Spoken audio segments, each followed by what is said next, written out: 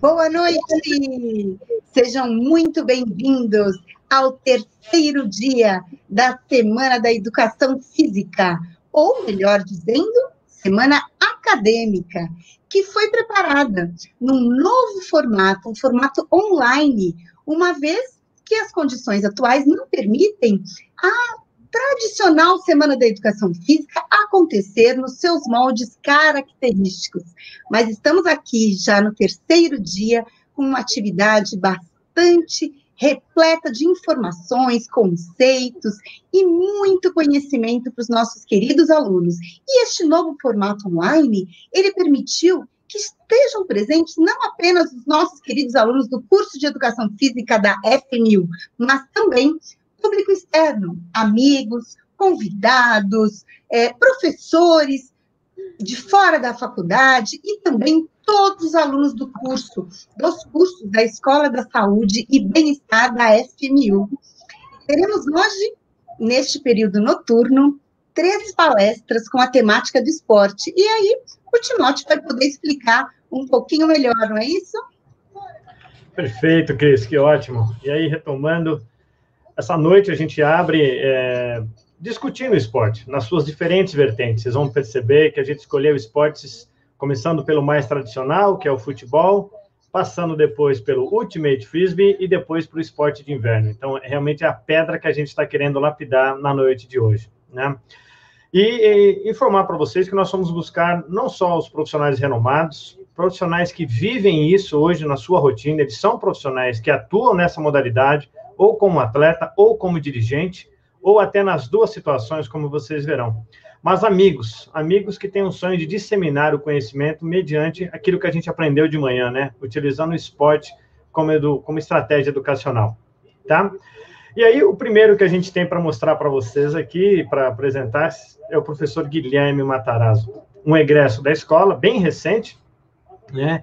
E aí, como eu disse de manhã, e vou retomar, um aluno igualzinho vocês que estão aí sentados, né? Um aluno que usou essa piscina, usou essa carteira, fez as 200 horas complementares, reclamando, mas fez as 800 de estágio sem reclamar, porque isso ele gostava muito de fazer, isso era claro.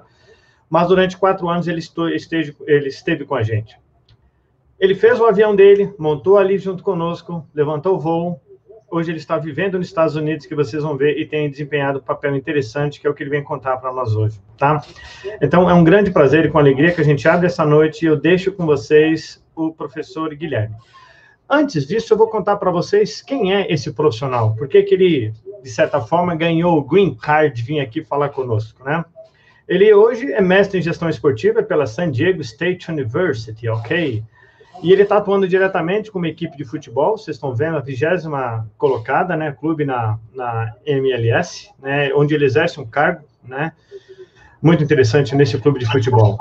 Ele tem atuado nas áreas de treinamento e educação, ele participou muito tempo nessa parte da Walt Disney, e aí eu quero lembrar vocês que ele era um daqueles alunos que estudava conosco e fugia 15 dias antes para atuar e não pedia dispensa de nada. Ele voltava, conseguia cumprir tudo aquilo junto com os outros alunos, sem privilégio algum.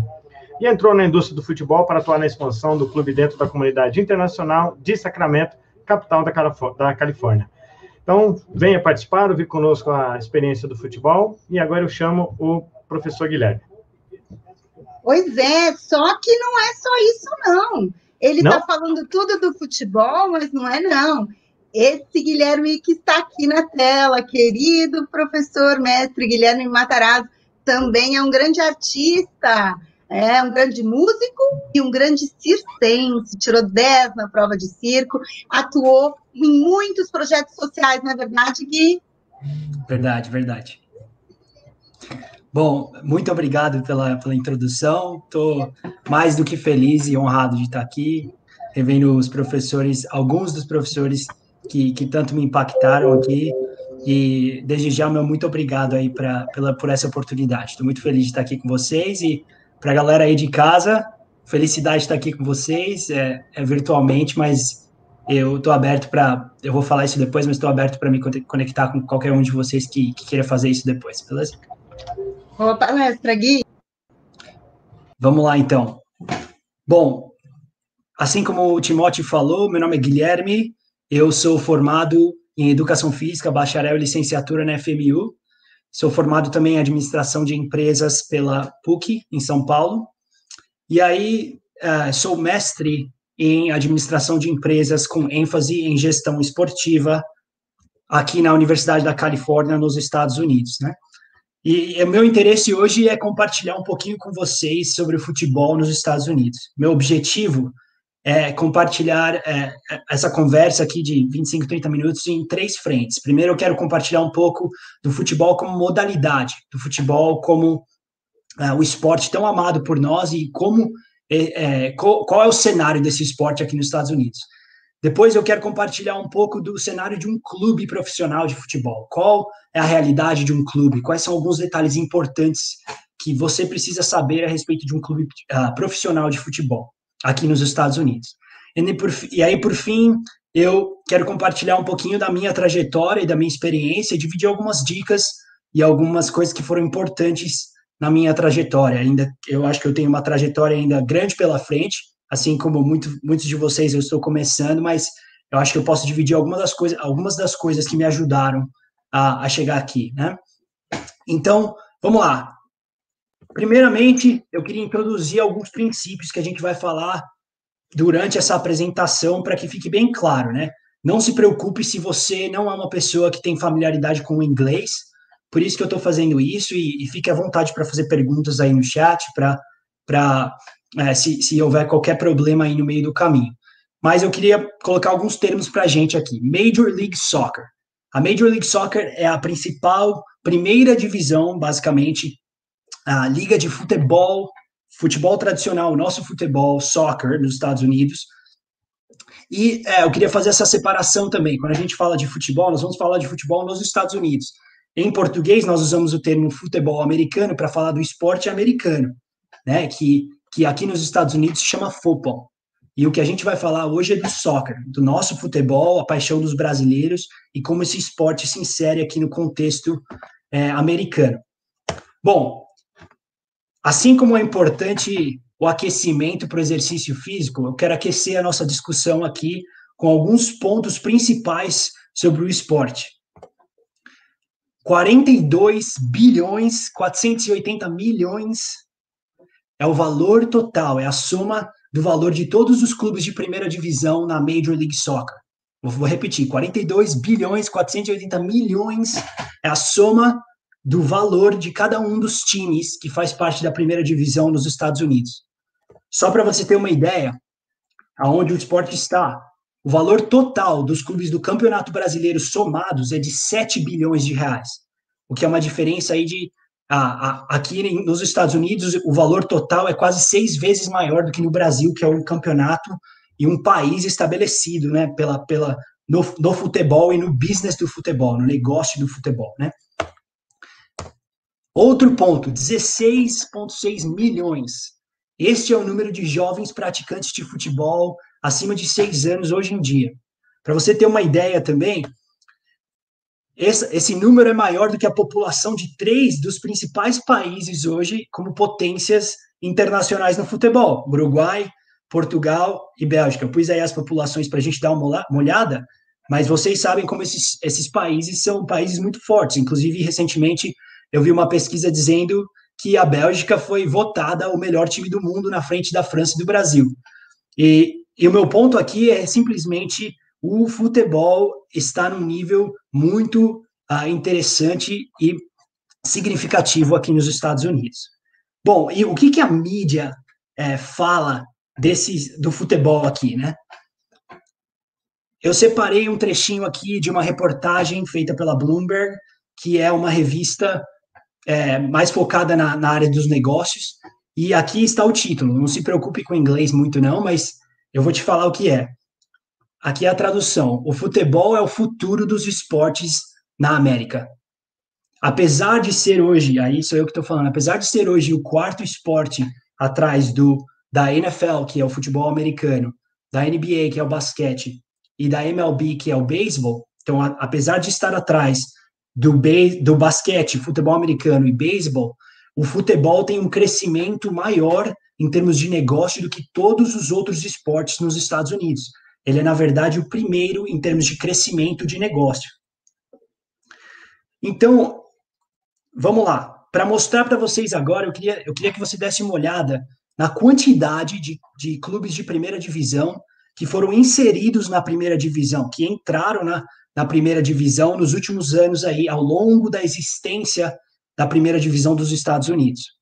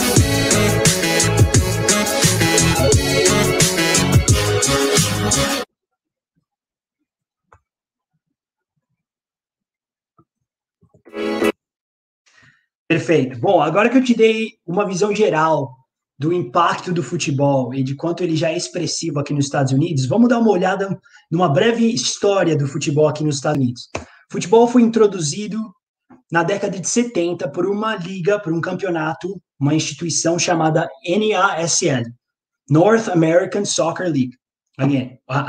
De novo, North American Soccer League, NASL. Essa liga, na década de 70, foi a liga que trouxe o futebol. O negócio começou para ser a primeira divisão do futebol e trazer o que já era no mundo todo o esporte principal, né? Para o americano que não tinha essa perspectiva, não tinha conhecimento do futebol em si e tinha sua preferência em outros esportes, como o basquete, futebol americano e o beisebol, que chegou naqueles tempos a ser o primeiro esporte dos Estados Unidos. Qual foi a principal estratégia utilizada pela NASL? Foi trazer estrelas para cá, para os Estados Unidos, para atrair multidões. E eu queria ver se a gente podia utilizar o chat aí, para ver se a galera adivinha quem foi o principal jogador que veio jogar nessa liga na década de 70 e qual foi o time que ele jogou. Valendo, vamos ver se alguém manda no chat aí.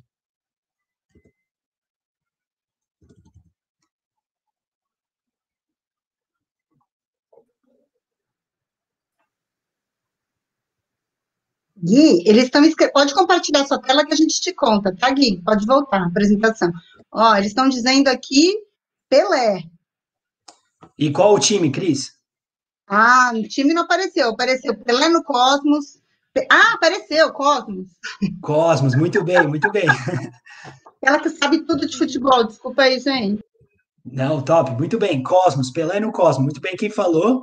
E olha a pessoa que veio formar a liga aqui nos Estados Unidos, hein? O nosso grande rei Pelé. O Pelé veio para cá para ser o atleta mais bem pago do mundo. Muita gente acha assim, nossa, o Pelé veio jogar nos Estados Unidos, que nada a ver, né? Veio se aposentar lá, mas ele fez uma grande jogada e para os americanos também foi uma grande jogada. O Pelé conseguiu atrair multidões nos estádios.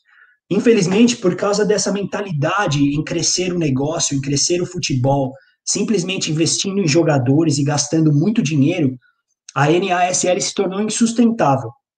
Ela começou a ter uma incompatibilidade de gastos com aquilo que ela ganhava, né, e começou a gastar muito dinheiro, e os times começaram a competir para ver quem trazia mais estrelas, quem gastava mais, e isso se tornou o crescimento dessa liga, da NASL, muito insustentável. Infelizmente, no final da década de 80, a liga se fechou, acabou, praticamente o futebol acabou, mas ela foi fundamental para despertar aquele início da paixão, do interesse do americano pelo esporte. E ela foi tão importante nesse sentido que ela fez com que a FIFA desse aos Estados Unidos o direito de hospedar a Copa do Mundo de 1994, que quem ganhou foi o Brasil. Depois da Copa do Mundo de 94, que foi um grande sucesso de de multidões assistindo jogos e o interesse do esporte no futebol só aumentou, empresários, e principalmente os empresários da área de gestão esportiva nos Estados Unidos, viram no futebol uma grande oportunidade. Como que depois de todo esse interesse nós não teremos uma primeira divisão? A partir daí nasceu a Major League Soccer, que eu comentei lá no começo, que ela é a primeira divisão do futebol nos Estados Unidos. Ela nasceu em 1994 e teve a sua primeira temporada em 1996. A Major League Soccer começou e foi se desenvolvendo, mas ela teve muita dificuldade nos primeiros anos. Ela só tinha 10 equipes, ela foi, desculpa usar a gíria, mas ela foi capengando ao longo dos anos, até que em 2007 eles conseguiram fazer uma grande jogada de negócio, que também foi similar ao que a NASL fez. Trouxeram uma outra grande estrela, que na minha opinião nem se compara ao Pelé, mas em termos de negócio, em termos de influência, ele se compara, é muito forte, né? A imagem do Beckham. O Beckham veio para a Major League Soccer em 2007 para jogar no LA Galaxy, e realmente ele transformou a liga, porque a partir daí, todos os times lotaram estádios para assistir o Beckham, mesmo em jogos que não era na casa do Los Angeles Galaxy. O Beckham teve alguns problemas, ficou machucado por um tempo, mas mesmo assim, em termos de negócio, a imagem do Beckham foi muito importante para o crescimento da liga, que foi, esse foi um divisor de águas aí, a entrada do Beckham em 2007 como uma estrela de porte aí mundial, né? A partir daí, a liga conseguiu estabelecer um crescimento mais contínuo e também um sucesso, tanto que hoje o Beckham, ele é dono de um time que está jogando na MLS, na Major League Soccer, e ela foi adicionando vários times a partir daí. Ela começou só com 10, como eu falei, hoje em dia ela já tem 30 e tem planos para expandir. Então vamos falando no hoje, vamos dar uma olhada em como está a Major League Soccer, como está a MLS hoje. Bom, a primeira coisa que eu queria destacar aqui é a taxa de entrada. Gui, o que é isso? Para entrar na Major League Soccer, nós vamos falar daqui um pouquinho do sistema que ela tem, que é um pouquinho diferente de todos os outros campeonatos, é o sistema americano. Os clubes são franquias, eles têm que pagar para a MLS, para a Major League Soccer, tem que pagar para entrar. Mas eu quero que vocês prestem atenção nos valores. Em 2002, o Toronto FC foi um dos times que entrou na Major League Soccer. Ele pagou $10 milhões para entrar. 10 milhões, bastante dinheiro. Em 2015, o Orlando City, que eu acho que alguns de vocês, ou muitos de vocês podem conhecer, pagou 70 milhões. O Orlando City, a propósito, o dono do Orlando City é um brasileiro, Flávio Augusto da Silva, que é também o criador da WhatsApp, um grande empresário aí no mundo inteiro, né? E o Flávio pagou 70 milhões para entrar em 2015 e se juntar à MLS. Olha o avanço de 2015 para 2020. Em 2020, o último time, que se chama Charlotte FC, pagou 325 milhões para entrar. Nós estamos falando aqui de 325 milhões, mais ou menos 1,8 bilhões de reais, só para entrar.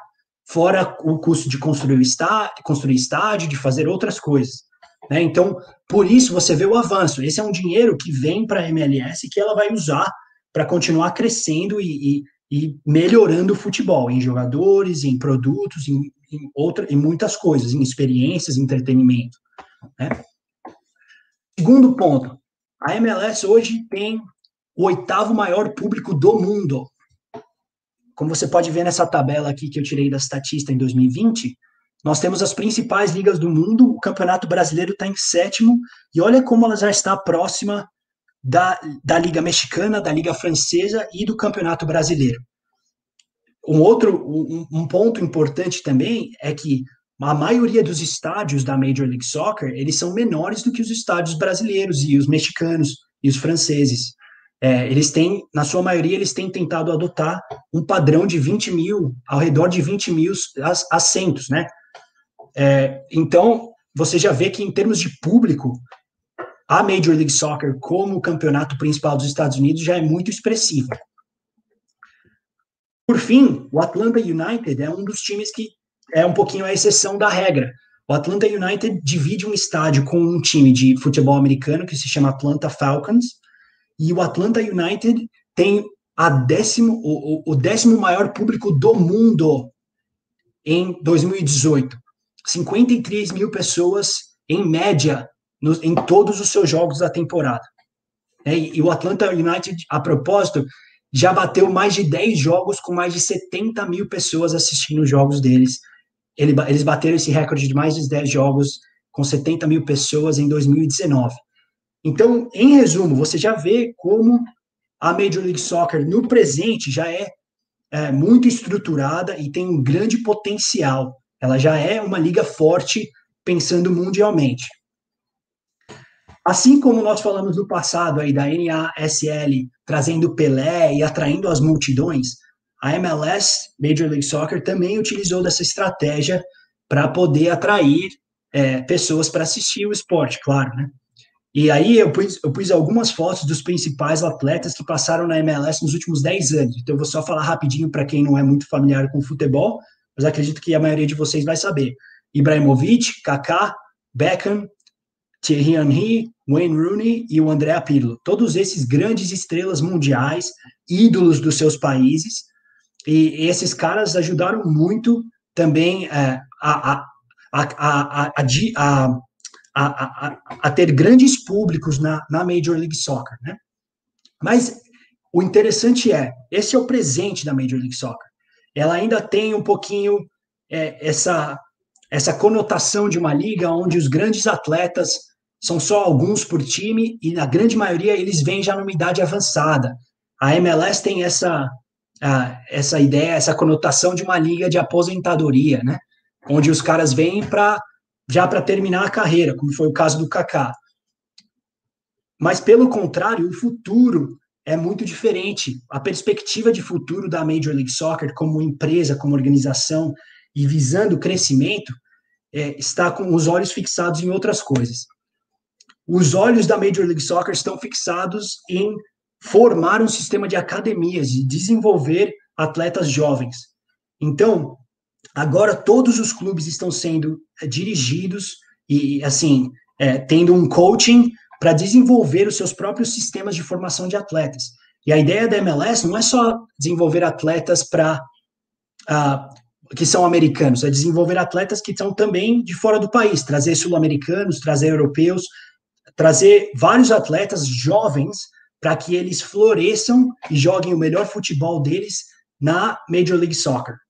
Então, só para vocês terem uma ideia, hoje em dia existem mais de 3 milhões de jogadores federados, de acordo com a Federação de Futebol Americana. Esse é um número muito expressivo, porque eu não estou falando aqui de jovens que praticam futebol. Eu estou falando de jovens federados. É a mesma ideia de federação do Brasil, onde você é registrado, você treina várias vezes por semana e joga no final de semana. O sistema amador já é muito intenso e os americanos também têm buscado a expertise de vários modelos de muito sucesso no mundo, como o espanhol e como o inglês, e também o holandês. Outra perspectiva de futuro da Major League Soccer é o futebol feminino. Aí você tá vendo a Megan Rapinoe, uma das principais atletas dos Estados Unidos, e para quem não sabe, a Copa do Mundo de 2019 de futebol feminino teve 1 bilhão de telespectadores. 1 bilhão de telespectadores. Nós estamos falando aqui de 1/7 do mundo assistindo a Copa do Mundo feminina. Então vamos lá, futebol feminino crescendo. Além disso, de 7 edições, os Estados Unidos ganharam 4. A seleção dos Estados Unidos de futebol feminino tem 4 títulos mundiais. E a perspectiva do futebol feminino é muito encorajadora. Vários empresários e várias equipes, inclusive a que eu estou trabalhando hoje, têm plano de, nos próximos 2 a 5 anos, criarem suas equipes profissionais de futebol feminino e realmente fazerem um investimento gigante na liga de futebol feminino para desenvolvê-la como a Major League Soccer se desenvolveu. Isso aqui é uma frase do presidente da Major League Soccer. A ideia, em resumo, é fazer os Estados Unidos virar uma nação do futebol. É um objetivo bem ambicioso, como você pode ver. Né? Nós, brasileiros, sabemos, nós somos nação do futebol, nós sabemos como o futebol está dentro de nós, é uma paixão que quase não dá para escolher diferente. Né? E eles têm essa mesma ambição de fazer o esporte fazer essa liga ser a primeira dos Estados Unidos, fazer esse esporte ser o número 1 em várias perspectivas. É um objetivo bem ambicioso, claro, eles ainda não estão lá, mas eles têm essa ambição e estão traçando objetivos para chegar lá. E como eles querem chegar lá? Em 2026, os Estados Unidos vai ser o país que vai hospedar a Copa do Mundo. E esse é o momento visto como catalisador do crescimento do futebol nos Estados Unidos. A partir da Copa do Mundo, muitos empresários acreditam que é aí que eles vão começar a colher os frutos dos seus investimentos em equipes, em esporte amador, em futebol profissional, em futebol feminino. A Copa do Mundo vai ser muito importante para fazer com que os americanos gostem ainda mais de futebol, assistam ainda mais o futebol, e isso vai realmente ser um catalisador para impulsionar ainda mais o crescimento da Major League Soccer nos Estados Unidos. Bom, na nossa segunda etapa aqui, eu queria rapidamente te dar uma geral, dividir um pouquinho da realidade de um clube, de uma dessas pecinhas que faz parte da Liga Profissional dos Estados Unidos no futebol. Então, só para compartilhar com vocês, hoje em dia, como eles mencionaram, eu sou de São Paulo também, estudei na FMU, claro, e eu trabalho e moro aqui em Sacramento. Sacramento é a capital da Califórnia e ela tem mais ou menos 3 milhões de pessoas na região toda, assim. E o meu clube, que é o Sacramento Republic FC, que você está vendo aí o logo dele, ele nasceu em 2012, num barzinho, conversando, como um negócio. Ele nasceu em 2012, estreou nas ligas menores em 2014 e foi crescendo, crescendo, crescendo, até um certo ponto onde ele foi aceito como uma franquia da Major League Soccer. Ele teve que comprar o seu lugar e ainda mais a escolha de quem é aceito é da Major League Soccer. Ele ficou tentando muitos anos e pagou $250 mil para poder entrar na Major League Soccer. Tem 3 pilares principais que tem um papel importante para a Major League Soccer quando ela vai aceitar uma equipe ou não dentro da liga, né? Nesses últimos anos, nós vimos o vídeo de quantos clubes nasceram, né? Hoje nós estamos com 30 e ela começou com 10. Esses 3 pilares são, o primeiro deles, donos com uma reputação e com capital financeiro expressivo. A Major League Soccer está buscando pessoas que têm a expertise dentro do futebol ou dentro de outros esportes, né? Mas têm experiência e que também tem um grande capital financeiro para suportar o clube caso ele passe necessidades financeiras. O segundo pilar é uma base de torcedores sólida, um mercado, basicamente, em outras palavras, um mercado forte onde as pessoas consomem o produto que é, nesse caso, o futebol. Em terceiro, a MLS requer de todas as equipes que entram na MLS a construção ou adaptação de um estádio específico de futebol. É importante destacar que essas 3 áreas são o que estruturam o sucesso da Major League Soccer e que estabelecem a diferença entre a Major League Soccer e aquela liga lá atrás, a NASL, onde o Pelé jogou. Eles tentam assegurar que os donos vão ter dinheiro para segurar os times que têm dificuldade financeira. Então, os donos têm que ter muito dinheiro. Eles têm certeza que a base de torcedores e o mercado local é muito forte para poder aceitar um time. E no passado, utilizava-se vários estádios diferentes, às vezes de futebol americano ou de beisebol para o jogo de futebol, e isso prejudicava a experiência do torcedor de futebol. Então, eles têm demandado que os times construam um estádio específico e que formem uma experiência totalmente personalizada e totalmente orientada ao futebol mundial, que é como nós temos no Brasil. Então, eles também estão desenvolvendo torcidas organizadas, bandeiras, várias outras coisas para fazer a experiência do futebol como ela é internacionalmente. E como funciona o sistema da MLS? Em resumo, a MLS ela tem controle total das equipes que fazem parte dela. A MLS segue um modelo das outras ligas americanas, que as principais são a NFL, que é do futebol americano, a NBA, que é do basquete, e a MLB, que é do beisebol. Em todos esses modelos de futebol americano, basquete e beisebol, a situação é a mesma. Os times são franquias, eles compram um pedaço da liga em si, que é uma organização gigante. Cada time que entra compra um pedacinho e se faz parte dessa organização. O controle é totalmente centralizado por parte da MLS. Os times não podem decidir, tomar uma atitude, mudar o logo, criar um produto sem conversar com os líderes da MLS. Os times também têm um teto salarial, eles não podem sair comprando jogador adoidado, gastando dinheiro adoidado. Eles têm que reportar para a MLS, e eles também têm um teto salarial estabelecido pela MLS, que hoje em dia é 3 milhões de dólares. Eles também têm a possibilidade de ter jogadores que fogem do teto salarial, mas eles têm que arcar com todo o custo. E, além disso, todos os clubes dividem custos e lucros. Então, vamos imaginar, o meu time aqui tem uma lojinha que vende pra caramba, tem muito lucro. Esses lucros são compartilhados entre os outros times da MLS também. O Lakers acabou de ganhar a final da NBA, né? E os lucros de venda de camisetas e venda de produtos dos Lakers foram absurdos. No mesmo sistema da MLS, a NBA dividiu esses lucros com todos os times. O dinheiro não ficou só para o Lakers. Então, esse é um sistema mesmo americano. E também, por fim, são divisões independentes. A MLS é a primeira divisão e não existe uma conexão da MLS com as outras ligas que servem como segunda e terceira divisão. Então, o último time ele não cai para a segunda divisão e o primeiro time só fica lá como primeiro lugar. E, por sinal, o último time, além de ele não cair para a segunda divisão, ele também tem possibilidade de pegar o primeiro jogador, os melhores jogadores da liga universitária, para melhorar o seu time na próxima temporada. E isso também é uma atitude da MLS para que os times fiquem equilibrados, para que as partidas sejam com emoção, equilibradas e com bom futebol, para que, de modo geral, todos os times sejam erguidos e tenham crescimento. A competição aqui ela é encorajada. É como se o Palmeiras e o Corinthians torcessem para os dois terem sucesso, ganhar o máximo de jogos possíveis, ganhar o máximo de dinheiro possível. O que, no nosso caso, né, com a rivalidade e a paixão que nós temos, é uma coisa difícil de imaginar. E como que as equipes ganham dinheiro aqui nos Estados Unidos? Existem 3 pontos principais. O primeiro deles é com direitos de transmissão.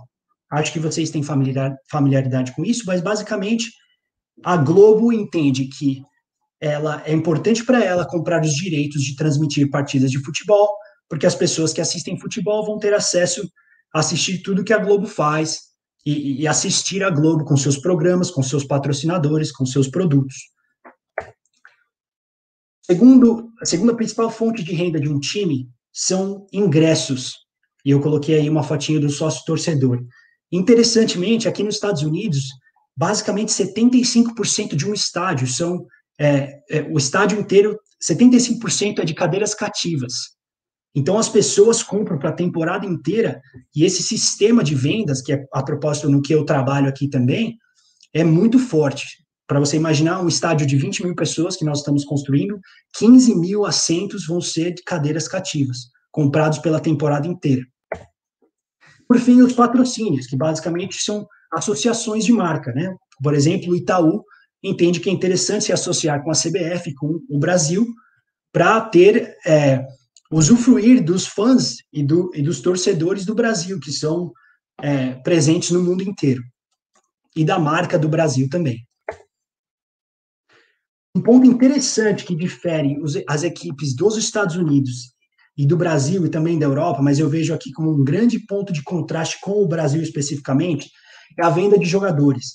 E uma grande crítica de especialistas é que muitos times brasileiros, se não todos, se apoiam muito nas rendas que vêm da venda de jogadores.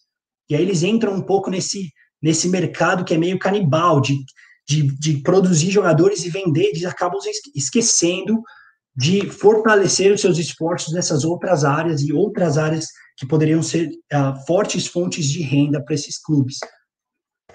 Os Estados Unidos ainda não têm um sistema forte para vender jogadores, mas mesmo se tivesse, esses 3 sistemas estão super sólidos e estruturados. E a ideia é que no futuro, mais e mais jogadores americanos vão ser produzidos desse sistema de academia, e essa vai virar uma nova fonte de renda muito forte para os clubes americanos. Por fim, eu sei que eu já estou para terminar aqui, eu queria compartilhar um pouquinho da minha experiência profissional e da minha trajetória com vocês.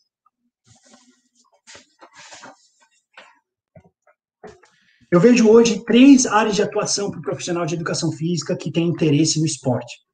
A primeira delas, e a mais diretamente relacionada à sua formação de profissional de educação física, é a área técnica. Pode ser uma área técnica relacionada à fisiologia do exercício, à preparação física, ou então uma área técnica relacionada à técnica do futebol, como um preparador de goleiros, ou mesmo um técnico, um formador, né? A outra área que eu vejo é a gestão esportiva, que é onde eu estou hoje. Essa demanda uma formação mais específica, uma especialização no caso de vocês. Mas a gestão esportiva é plenamente possível para vocês, eu sou uma prova disso, e ela inclui as áreas de marketing, áreas comerciais, área legal, área de finanças, como uma empresa. Ela realmente requer do profissional mais competências de administração de empresas do que competências técnicas. Isso é uma verdade. Então, por isso que eu digo que para vocês que têm interesse em entrar na gestão esportiva, é muito importante se especializar e aumentar suas competências nessa área. E tem uma área autônoma também, de agências e agentes de jogadores. O que eu quero dizer com agências, são agências de marketing e outros negócios que se relacionam diretamente com clubes e entidades esportivas. E outro exemplo que é muito, muito comum e conhecido por todos são os agentes de jogadores que cuidam da carreira de atletas, administram, fazem parcerias com atletas, por exemplo. Por fim, eu queria finalizar com um pouquinho da minha história aqui. Como vocês já viram, eu sou formado em educação física, uma vez mais, eu amo fisiologia, eu amo várias coisas dentro da educação física, e eu não sabia exatamente o que fazer. Alguns anos atrás, eu trabalhava com a minha família para ajudar o nosso negócio, mas eu entendi que eu queria perseguir os meus sonhos. Eu acho que eu demorei um pouquinho para começar a correr atrás daquilo que eu realmente sonhava em fazer. Então, a primeira coisa que eu queria deixar com você hoje é sonhe. Sonhe e tenha a sua visão assim, colocada naquilo que você sonha em fazer, naquilo que você se vê sorrindo e adorando fazer. E a outra palavra que eu queria deixar é desafie-se. Desafie-se todos os dias. Não é fácil, é competitivo. Você precisa ser o melhor naquilo que você faz. O que você sonha em fazer?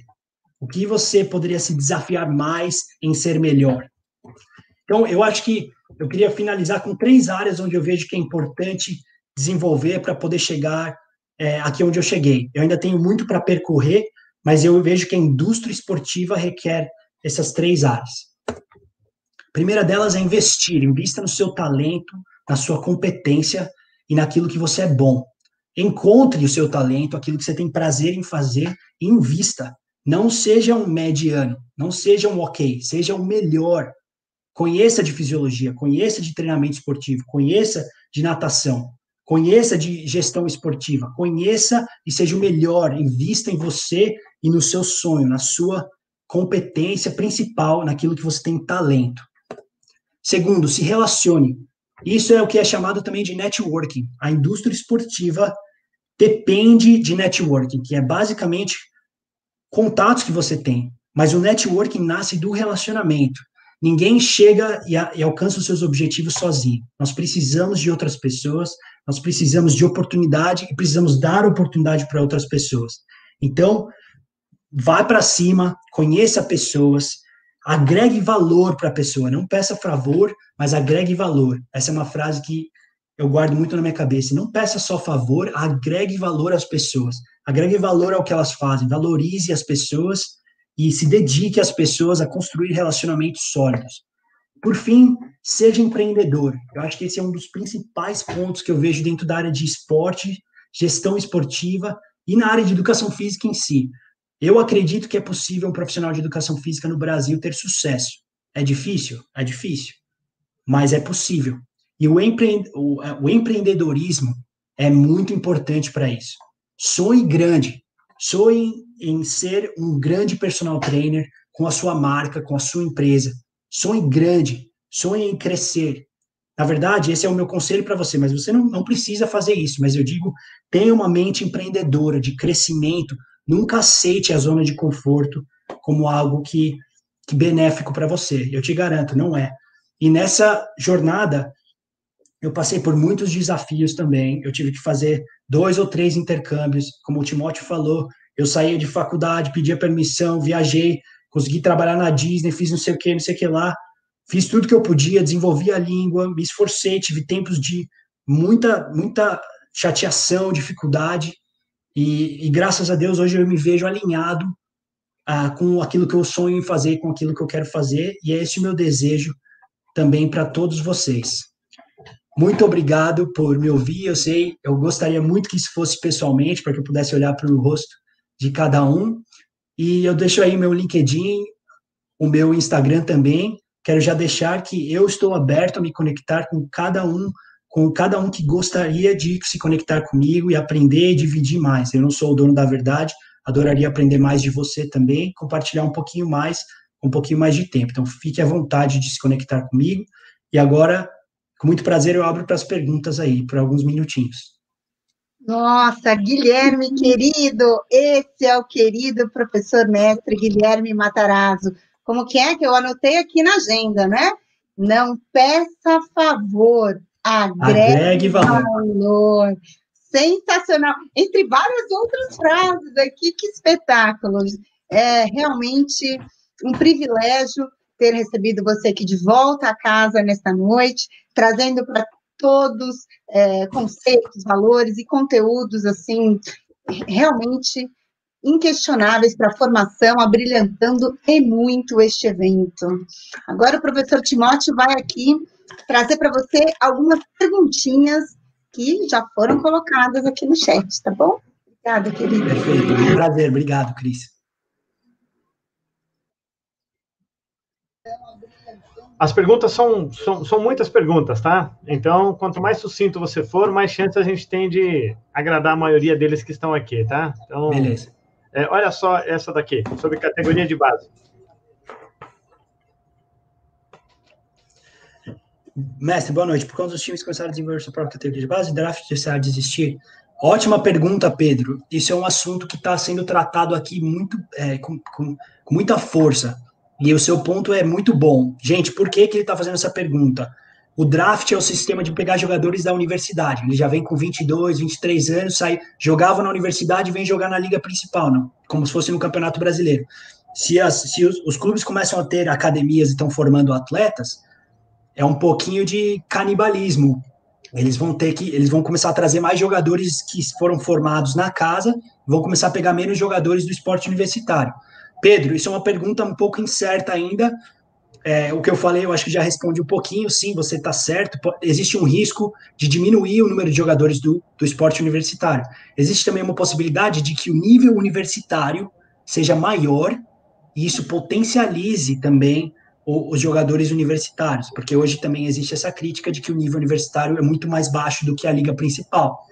Então, essas são duas possibilidades aí que eu vejo possíveis no futuro. Espero que eu tenha respondido aí um pouquinho da sua pergunta. MLS usa o formato de playoffs. Você acha que com tantos times será necessário criar uma segunda divisão branca? Nossa, grande pergunta, Paulo. Essa é uma discussão que eu estava tendo ontem com um amigo meu aqui. Eu acho totalmente, eu acho que vai ser inevitável. Criar uma segunda divisão vai ser inevitável por causa do crescimento. Contudo, hoje em dia, não cabe uma segunda divisão. Se você pensar, esse sistema controlador é o que faz com que os clubes tenham sucesso. O clube não pode sair gastando, ele não pode sair comprando jogador. Quando você começa a abrir times de segunda divisão, potencial financeiro, o interesse do americano, do torcedor, é muito diferente. E aí abre uma disparidade muito grande. Como se fosse um time de segunda divisão, não consegue pôr 3 mil pessoas no estádio, e ele está jogando contra um time que põe 20, 40, 50. Então, imagina se um time de segunda divisão que põe 2 mil pessoas no estádio, sobe para a primeira divisão, começa a jogar com os caras que põem 50. Como que vai ser administrado isso? Então, hoje o sistema é muito estruturado para que não tenha segunda divisão. Eu acho que esse é um movimento que vai acontecer dentro de uns 10, 15 anos, para ser sincero. E isso é um chute meu mesmo, né? Walter, uma pergunta. Você acha que tem possibilidade de um dia os times da MLS entrarem em competições maiores? Grande pergunta, Walter. Totalmente. Inclusive, eles já fazem parte de competições maiores. não sei se você tem familiaridade, existe uma Copa chamada CONCACAF, onde jogam os times do Canadá, dos Estados Unidos, do México e do Caribe. Se eu não tô errado, mas é mais ou menos isso. E esses times, o campeão desse campeonato já vai para a Copa do Mundo de clubes, que é a mesma que o Brasil, que o campeão da Libertadores vai, que é a mesma que o campeão da Champions League vai. Então, conforme o futebol americano, né, o futebol nos Estados Unidos se desenvolve mais e mais, os times vão ter mais potencial de chegarem. Eu acho que vai ser um grande ponto de inflexão o dia que um time americano ganhar a CONCACAF, for enfrentar um time de Champions League e potencialmente ganhar, como acontece com alguns sul-americanos quando ganham a Libertadores, né? Eu acho que isso está próximo. Eu acho que dentro dos próximos 5 a 10 anos nós vamos ver isso também, mas isso já pode acontecer no ano que vem, por exemplo, se os times americanos tiverem capacidade, competência de ganhar a CONCACAF, né, que os dá oportunidades internacionais maiores.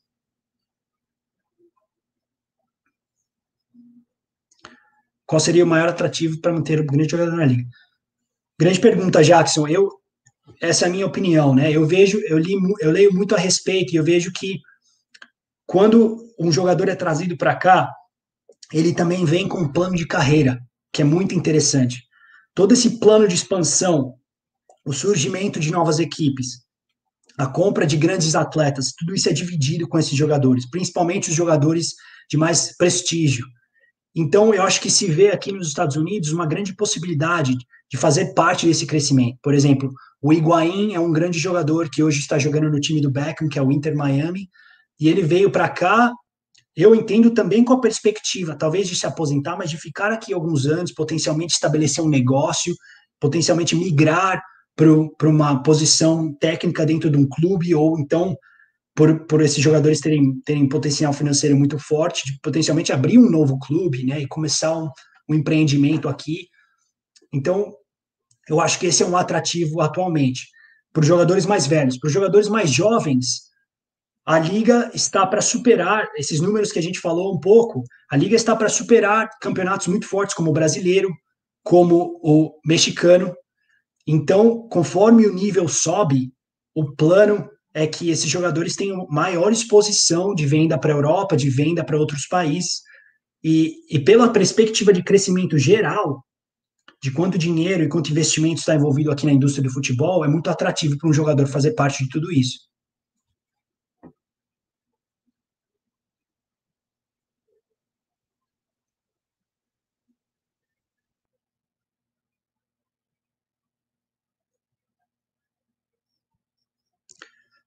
Leonardo, ótima pergunta.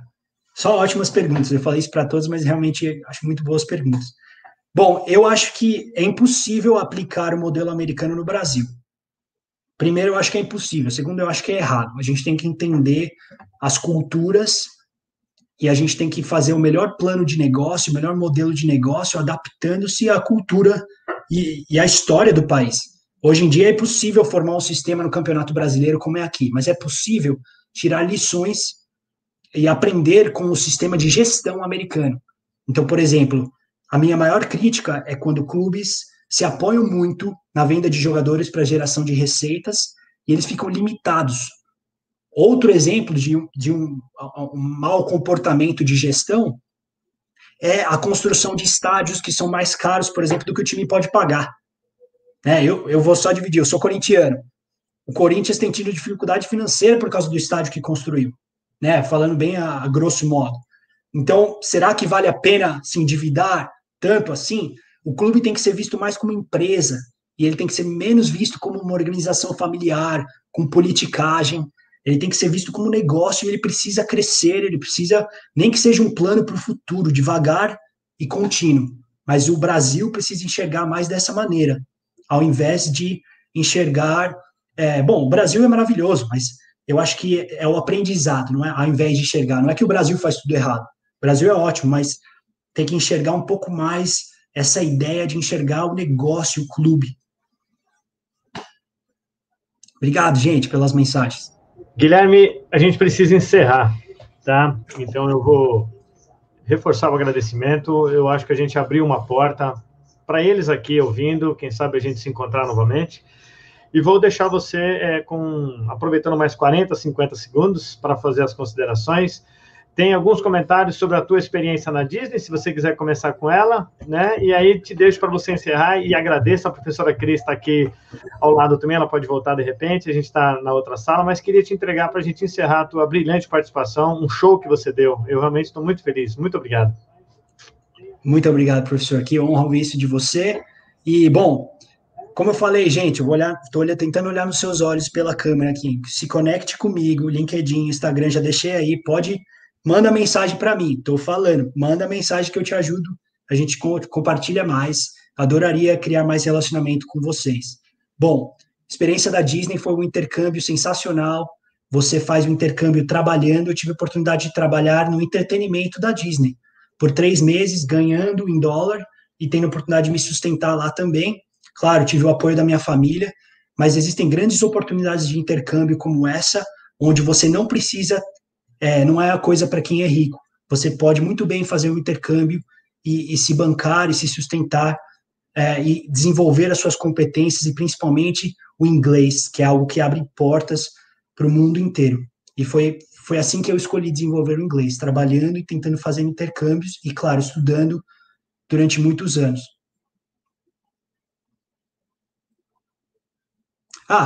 Beleza, acho que a gente vai terminar daqui a pouco. Muito obrigado, gente. Muito obrigado, prazer. Querido. É isso aí, por favor, me adiciona lá, conecte comigo. Mas eu não podia deixar de entrar aqui para também, mais uma vez, bater palmas, agradecer e falar que nós estamos aqui muito, muito, muito felizes com o que vimos aqui, com o que você trouxe para os nossos queridos alunos. Obrigada, Gui. Muito obrigado, muito obrigado. E não deixa de mandar notícia quando vier ao Brasil, por favor, venha nos visitar. Estamos com saudade. Com certeza. Muita saudade de vocês. E um abraço para todos, gente. Muito obrigado. Pessoal, e agora, dentro de 5 minutinhos, nós teremos mais um convidado internacional. Essa noite está incrível, Gui. Você, diretamente dos Estados Unidos. E agora, da onde, Timóteo? Dá uma palhinha. Muita gente falou do teu inglês aqui, perfeito. Agora vamos cambiar a pronúncia, vamos aprender um pouquinho de espanhol com amigos colombianos. Isso é uma semana acadêmica. Abração. Internacional. Tchau, pessoal. Até lá. Tchau, gente. Um abraço.